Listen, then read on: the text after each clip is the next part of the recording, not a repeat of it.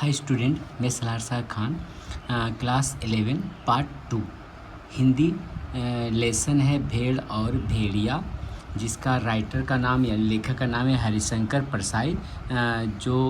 मैं इस वीडियो को बना रहा हूँ लेसन भेड़ और भेड़िया का।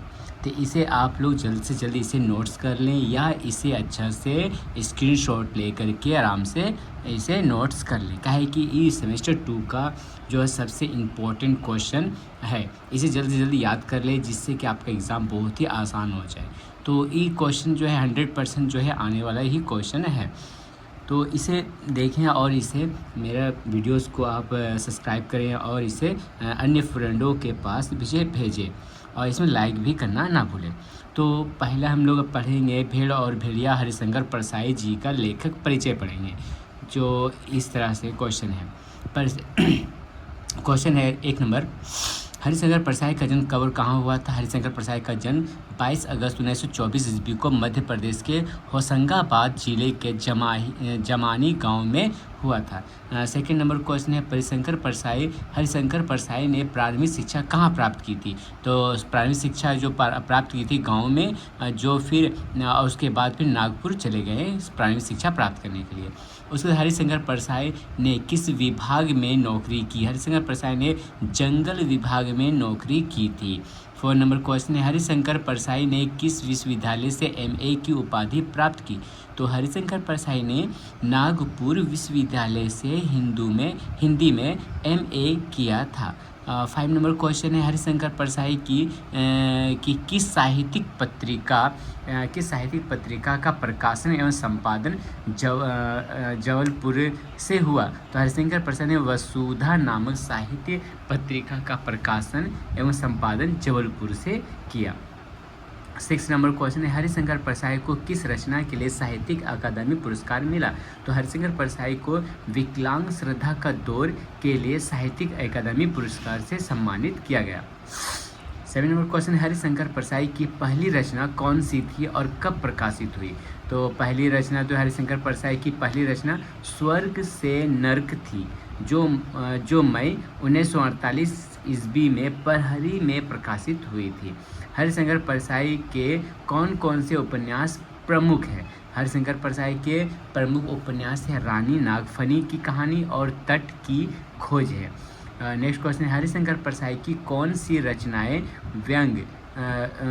व्यंग लेख के रूप में प्रसिद्ध है? तो हरिशंकर परसाई के प्रमुख व्यंग लेखों में वैष्णव को फिसलन और विकलांग श्रद्धा का दौर, प्रेमचंद्र के फटे जूते और सदाचार का ताबीज शामिल है। 10 नंबर क्वेश्चन है, हरिशंकर परसाई का साहित्यिक योगदान किस विधा में सबसे महत्वपूर्ण है? तो हरिशंकर परसाई का साहित्यिक योगदान हास्य व्यंग विधा में सबसे महत्वपूर्ण है। तो हरिशंकर परसाई का संपादन बंद क्यों करना पड़ा? आर्थिक हानि होने के कारण हरिशंकर परसाई को जो है वसुधा पत्रिका का प्रकाशन बंद करना पड़ा था।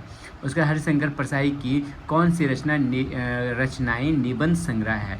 तो हरिशंकर परसाई के निबंध संग्रह सबकी बात और थी, भूत के पांव पीछे और नितल्ले का डायरी प्रमुख है। तो अब है next question 30 number, Harishankar Parsai के साहित्यिक कार्यों में कौन कौन से विषय प्रमुख रहे? तो हरिशंकर परसाई के साहित्यिक कार्यों में अवसरवादिता, चुनाव व्यवस्था, स्वार्थ, भ्रष्टाचार और भाई भतीजेवाद जैसे विषय प्रमुख रहे। हरिशंकर परसाई का मृत्यु कब और कहाँ हुई थी? हरिशंकर परसाई का निधन मतलब मृत्यु जो है 10 अगस्त 1995 को जबलपुर में हुआ था।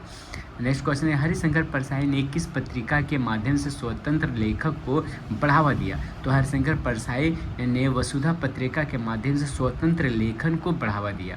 नेक्स्ट क्वेश्चन अब हम लोग पढ़ेंगे कहानी, जो संक्षेप में दिया है। कहानी है भेड़ और भेड़िया। इसमें कहानी में क्या बताया गया है कि कहानी का व्यंग है जिसमें वन के पशु लोकतंत्र की स्थापना करते हैं, है ना, और भोली भेड़ों को उम्मीद होती है कि इससे उनकी प्रति भेड़ियों की हिंसा समाप्त हो जाएगी। मतलब भेड़िया लोग क्या होता है, भेड़ियों को जो है खा लेता है, मार देता है, उसके बच्चों को ले जाता है, तो उस तरह की जो है वो समाप्त करना चाहता था भेड़िए लोग। लेकिन चालाक भेड़िया और सियार मिलकर भेड़ों को धोखा देता है। भेड़िए संत बनने का नाटक करते हैं और भेड़ों को भ्रमित कर पंचायत में रोल हासिल कर लेते हैं। पंचायत में भेड़िए ऐसे कानून बनाते हैं जो उनके हित में होते हैं और अंत में भेड़ों को शोषण होता है, मतलब भेड़ों को फिर नुकसान पहुंचाया जाता है, काहे कि छल कपट से जो उन लोगों का जानवरों का वोट ले लेता है और फिर जो है शेर लोग जो है जीत जाता है, जिसके कारण उसका फिर शोषण किया जाता है। कहानी दिखाती है कि किस प्रकार शक्तिशाली लोग कमज़ोर को छल से फ़ायदा उठाते हैं। कहानी का सारांश यहाँ पे इस तरह से दिया है कि भेड़ और भेड़िया। कहानी में एक वन के पशु लोकतंत्र की स्थापना करते हैं, जिसमें भेड़ आशा करती है कि अब उनका भय समाप्त हो जाएगा और सबको समानता मिलेगी। दूसरे ओर भेड़िए चिंतित होते हैं कि अगर भेड़ों का बहुमत बहुत हुआ तो वे उन्हें खाने से रोक देंगे, मतलब खाने के लिए उसे नहीं मिला जाएगा।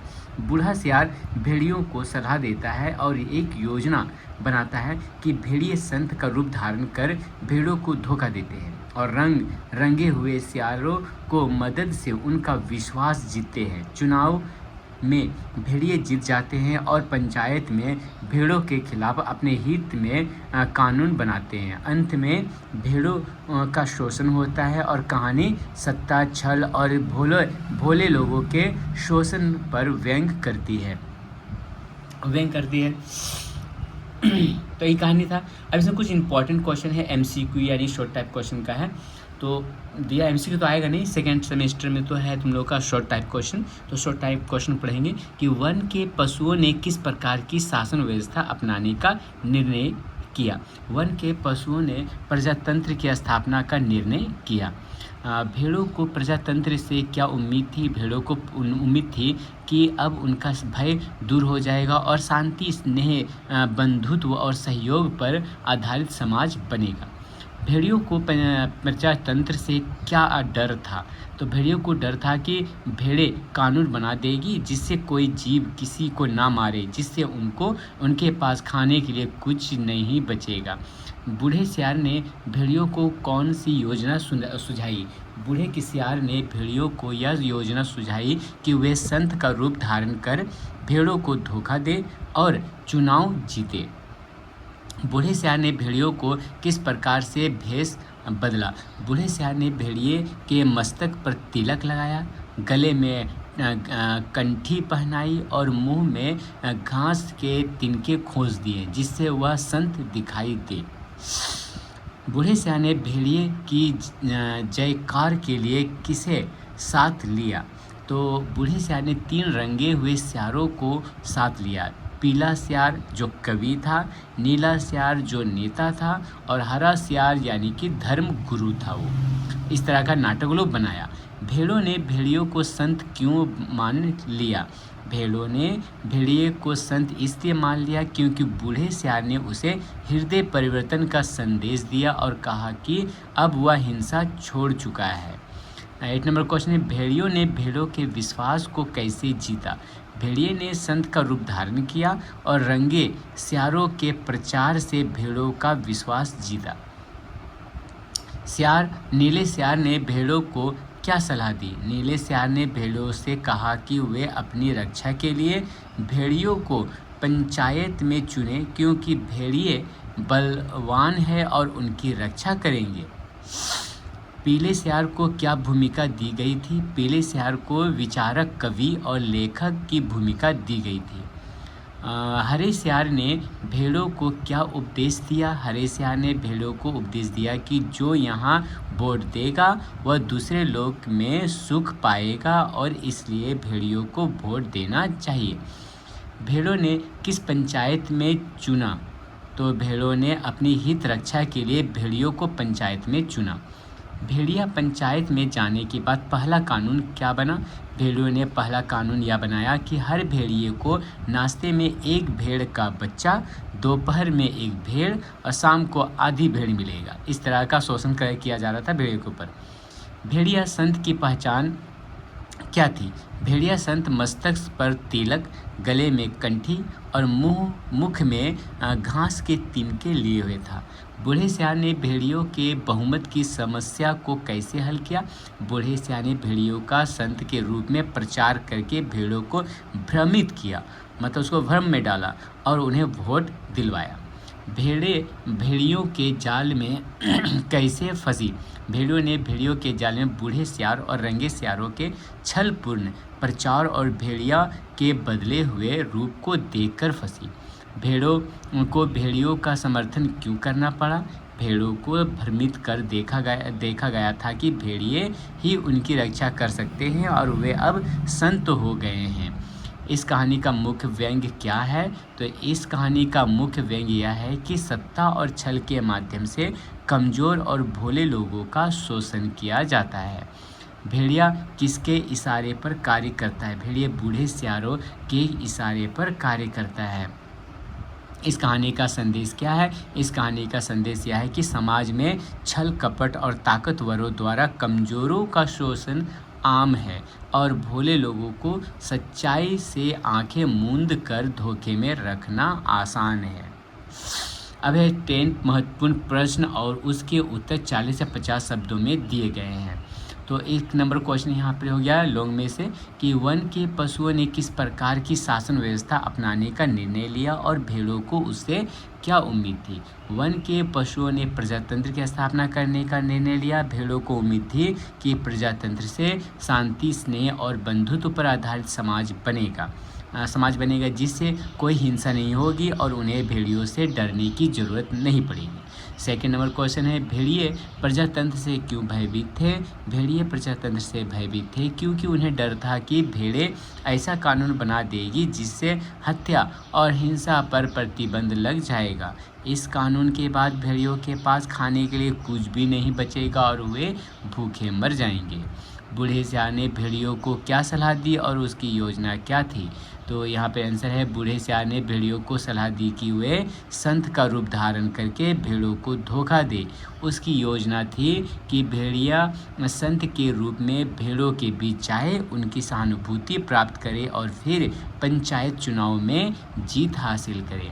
4 नंबर क्वेश्चन है रंगे सियारों की भूमिका क्या थी और वे भेड़ों को कैसे प्रभावित करते थे? रंगे सियारों में एक नेता, एक कवि और एक धर्म गुरु थे। उन्होंने भेड़ों को यह विश्वास दिलाया कि भेड़िए अब बदल गए हैं और भेड़ों की रक्षा करेंगे। वे भेड़ों को इस तरह प्रभावित करते थे कि वे भेड़ियों को पंचायत में चुन लें। 5 नंबर क्वेश्चन है भेड़िए ने किस प्रकार से भेड़ों का विश्वास जीता? भेड़िए ने संत का रूप धारण कर, तिलक और कंठी पहनकर, मुंह में घास के तिनके खोसकर भेड़ों के सामने खुद को हृदय परिवर्तन किए हुए बताया। बूढ़े सियार और रंगे सियारों के प्रचार के कारण भेड़ों ने उसे संत मान लिया। 6 नंबर क्वेश्चन है नीले सियार ने भेड़ियों को क्या सलाह दी और इसका प्रभाव क्या हुआ?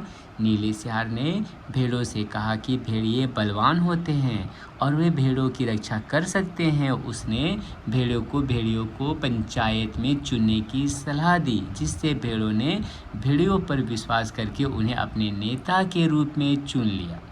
7 नंबर क्वेश्चन है भेड़ियों ने पंचायत में जाने के बाद पहला कानून क्या बनाया? भेड़ियों ने पंचायत में जाने के बाद पहला कानून यह बनाया कि प्रत्येक भेड़िए को दिन में 3 बार भोजन के रूप में भेड़ें मिलनी चाहिए।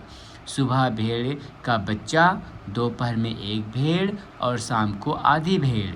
इससे भेड़ों की दुर्दशा और बढ़ गई।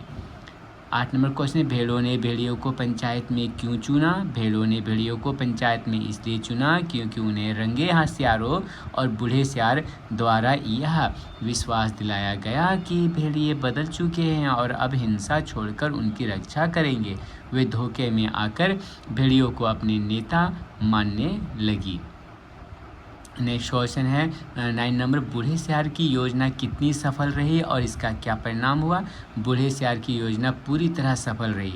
भेड़ियों ने संत का रूप धारण करके भेड़ों का विश्वास जीत लिया और पंचायत में सत्ता प्राप्त की। परिणाम स्वरूप भेड़ियों ने भेड़ों पर अत्याचार करना शुरू कर दिया और उनके जीवन को नियंत्रित किया। इस कहानी का मुख्य संदेश क्या है? तो इस कहानी का मुख्य संदेश है कि सत्ता और छल के माध्यम से ताकतवर लोग अक्सर भोले और कमज़ोर लोगों का शोषण करते हैं। समाज में उस सत्ता का दुरुपयोग होता है और साधारण लोग धोखे का शिकार होकर अपने हितों के विरुद्ध काम करने वालों को चुन लेते हैं। अब यहाँ से हम लोग पढ़ेंगे लाइनिंग क्वेश्चन एंड आंसर है। जो 1 नंबर क्वेश्चन फर्स्ट है, भेड़ और भेड़िए कहानी का प्रमुख विषय क्या है? इस कहानी का प्रमुख विषय सत्ता, धोखे और भेड़ों और भेड़ियों के बीच संघर्ष है। यह कहानी यह दर्शाती है कि कैसे कमज़ोर लोग शक्तिशाली लोगों के द्वारा धोखा खा सकते हैं और उनके शोषण का शिकार बन सकते हैं। भेड़ियों ने भेड़ें क्यों चुनी? भेड़ियों ने भेड़ें इसलिए चुने क्योंकि वे जानती थी कि भेड़ें भोली है और उन्हें आसानी से धोखा दिया जा सकता है। भेड़ियों ने संत का रूप धारण करके भेड़ों का विश्वास जीत लिया। बूढ़े सियार का क्या महत्व है? बूढ़े सियार का महत्व इस कहानी में इसलिए है क्योंकि उसने भेड़ों को धोखा देने के लिए सलाह दी। यह योजना बनाकर भेड़ियों को संत का रूप धारण करने के लिए प्रेरित करता है, जिससे भेड़ियों को सत्ता प्राप्त करने में मदद मिलती है। नेक्स्ट क्वेश्चन है, भेड़ियों का चुनाव करने के बाद भेड़ों का जीवन कैसा हो गया? भेड़ियों का चुनाव करने के बाद भेड़ों का जीवन और कठिन हो गया। भेड़ियों ने सत्ता में आने के बाद भेड़ों पर अत्याचार करना शुरू कर दिया और उसके अधिकारों का उल्लंघन किया। उसके बाद 5 नंबर क्वेश्चन, नीले सियार का कार्य क्या था? नीले सियार ने भेड़ों को यह विश्वास दिलाने का कार्य किया कि भेड़िए अब अहिंसा का मार्ग अपनाएंगे और उनकी रक्षा करेंगे। उसने भेड़ों को प्रजातंत्र में भेड़ियों को चुनने के लिए प्रेरित किया। भेड़ियों ने पंचायत में जीतने के बाद कौन सा कानून बनाया? पंचायत में जीतने के बाद भेड़ियों ने कानून बनाया कि उन्हें दिन में 3 बार भेड़ें मिलनी चाहिए। इस कानून ने भेड़ों के जीवन और कठिन बना दिया और उनके शोषण को बढ़ावा दिया। कहानी में प्रजातंत्र का क्या संदेश है? कहानी में प्रजातंत्र का संदेश यह है कि यदि नेताओं का चुनाव ध्यानपूर्वक नहीं किया जाए तो सत्ता का दुरुपयोग संभव है। भेड़ियों ने प्रजातंत्र का लाभ उठाकर भेड़ों का शोषण किया। भेड़ियों की चालाकी का क्या परिणाम हुआ? भेड़ियों की चालाकी का परिणाम यह हुआ कि वे भेड़ों का विश्वास जीतकर पंचायत में सत्ता हासिल कर गए। इसके बाद उन्होंने भेड़ों पर अत्याचार शुरू कर दिया, जिससे भेड़ों की स्थिति और खराब हो गई। कहानी में भेड़ों की प्रतिक्रिया क्या थी? कहानी में भेड़ों की प्रतिक्रिया भय और असमर्थता थी।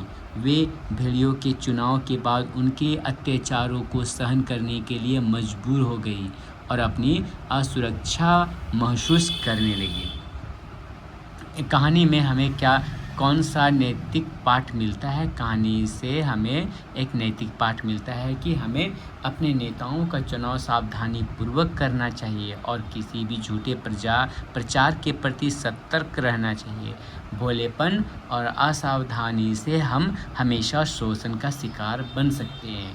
इसके द्वारा हम लोग को यह संदेश मिलता है कि हम लोग कोई भी समाज के लिए, कोई भी जनता के लिए जो हम लोग नेता को चुनते हैं तो उस नेता का चुनाव हम लोग ठीक से करें, ठीक सोच समझ कर कि हम लोग जो है वोट दें। हम लोग का यह अधिकार होता है कि ऐसा नेता को चुने जो नया जनरेशन को हो, नए आने वाली पीढ़ी को समझे। इस तरह का नेताओं को हम लोग को चुनना चाहिए। ऐसे नहीं बीता हुआ पहले ज़माना के नेता को चुने जो देश को बुरी हाल पर ले जाए। इससे हम लोग को नया जनरेशन का अभी का नेताओं को चुनना चाहिए जो हम लोग का भलाई करे। यहाँ का हम लोग को शोषण ना हो और यहाँ हम लोग को दिक्कत ना हो, गरीबों का शोषण ना हो। जैसे महंगाई बढ़ गया, पेट्रोल बढ़ गया, इस सब चीज़ की संकट जो है ना हो। सबको देखते हुए अच्छा विचारों वालों को चुनना चाहिए। इससे हमें यह शिक्षा मिलता है। ये तो कंप्लीट हो गया। इस तरह वीडियो जो है हम लोग यहाँ पर पढ़ते हैं महत्वपूर्ण प्रश्न और उसके उत्तर 100 या 150 शब्दों में दिए गए हैं। जो लॉन्ग टाइप क्वेश्चन है। तो इसमें फर्स्ट नंबर क्वेश्चन दिया है, भेड़ प्रजातंत्र की स्थापना से क्या उम्मीदें रखती थी।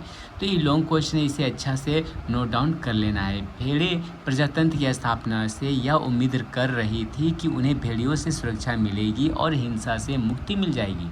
उन्हें यह विश्वास था कि प्रजातंत्र में समानता और न्याय होगा, जिससे सभी पशु एक साथ शांति और सौहार्द से रह सकेंगे। प्रजातंत्र की इस नई व्यवस्था से उन्हें आशा थी कि भेड़ियों का अत्याचार समाप्त होगा और वे निडर होकर वन में विचरण कर सकेगी। भेड़ों ने यह सोच लिया था कि एक बार प्रजातंत्र आ जाने पर उनकी ज़िंदगी सुरक्षित और खुशहाल हो जाएगी, लेकिन वे यह समझने में असमर्थ थे कि भेड़िए आसानी से अपनी हिंसक प्रवृत्ति को नहीं छोड़ेंगे और प्रजातंत्र के नाम पर उसका शोषण करेंगे। सेकेंड नंबर क्वेश्चन है, भेड़ियों ने प्रजातंत्र के खिलाफ क्यों साजिश रची। भेड़ियों ने प्रजातंत्र के खिलाफ साजिश इसलिए रची क्योंकि उन्हें डर था कि प्रजातंत्र के तहत भेड़ें अपने अधिकारों के लिए कानून बना लेगी और उनके खिलाफ कड़ी कदम उठाएंगे।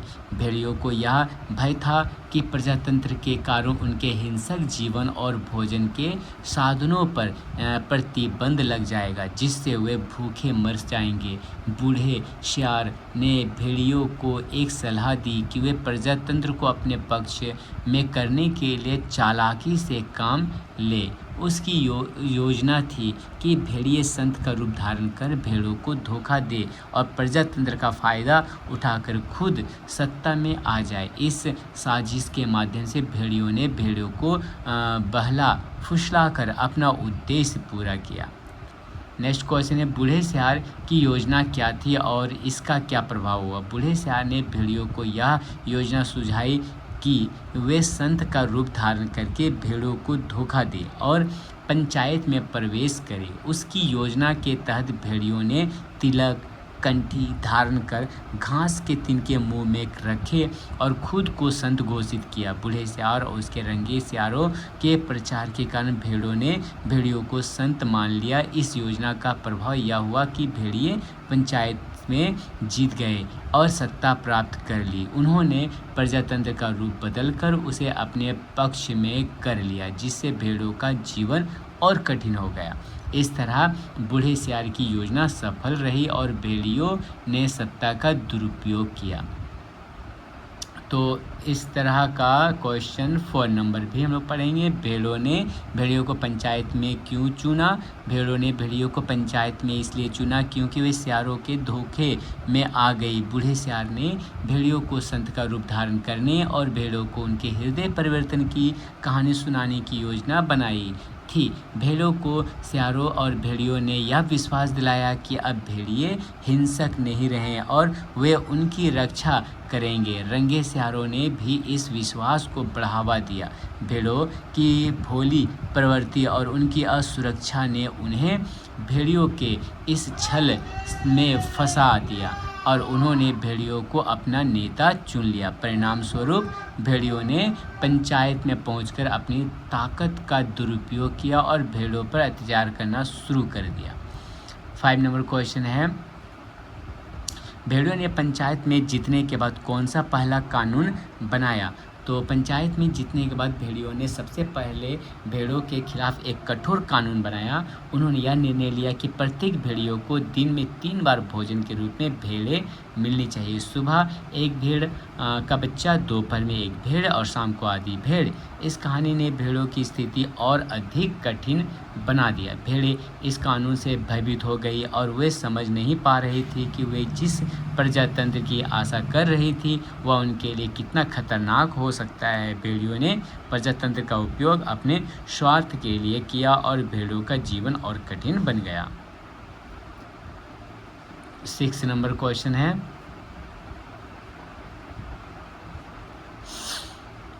नीले सियार की भूमिका क्या थी और उसने भेड़ों को क्या सलाह दी। तो इस 6 नंबर क्वेश्चन है, इसको भी अच्छा से पढ़ लेना है। सब रिपीटेड क्वेश्चन है, यानी कहानी स्टोरी अगर समझ जाने के बाद सारा क्वेश्चन जो है का आंसर जो है एक जैसे ही लगेगा। तो इसको बना के भी हम लोग आराम से लिख सकते हैं स्टोरी समझने के बाद। और 7 नंबर क्वेश्चन ये वाला है, भेड़ों का प्रजातंत्र में विश्वास का क्या परिणाम हुआ। तो परिणाम को यहाँ पर लिख देना है इस तरह से यहाँ तक। और 8 नंबर क्वेश्चन है, बूढ़े सियाने भेड़ियों को किस प्रकार समझाया कि वे भेड़ों को धोखा दे, तो इसका आंसर यहाँ से यहाँ तक है। 9 नंबर कहानी है, इस कहानी में प्रजातंत्र के क्या दोष दिखाए गए हैं, तो इसका आंसर ये वाला हो गया। और 10 नंबर क्वेश्चन है ये वाला, भेड़ और भेड़िए कहानी का मुख्य संदेश क्या है, तो इसका आंसर ये वाला हो गया। तो इस तरह से जो ये वीडियो कंप्लीट हुआ और जो हम लोग इस चैप्टर जो भेड़ और भेड़िया हम लोग इस कहानी को समझ भी रहे हैं और क्वेश्चन आंसर हम लोग लाइन बाय लाइन कर भी लिए। तो इसे आप लोग जल्द से जल्द इसे नोट डाउन कर लें और स्क्रीनशॉट ले लें और इसे अच्छा से याद करना शुरू कर दें। ठीक, तो आज के लिए यहाँ तक ख़त्म। अब हम लोग नेक्स्ट हिंदी का वीडियो लेकर के आएंगे।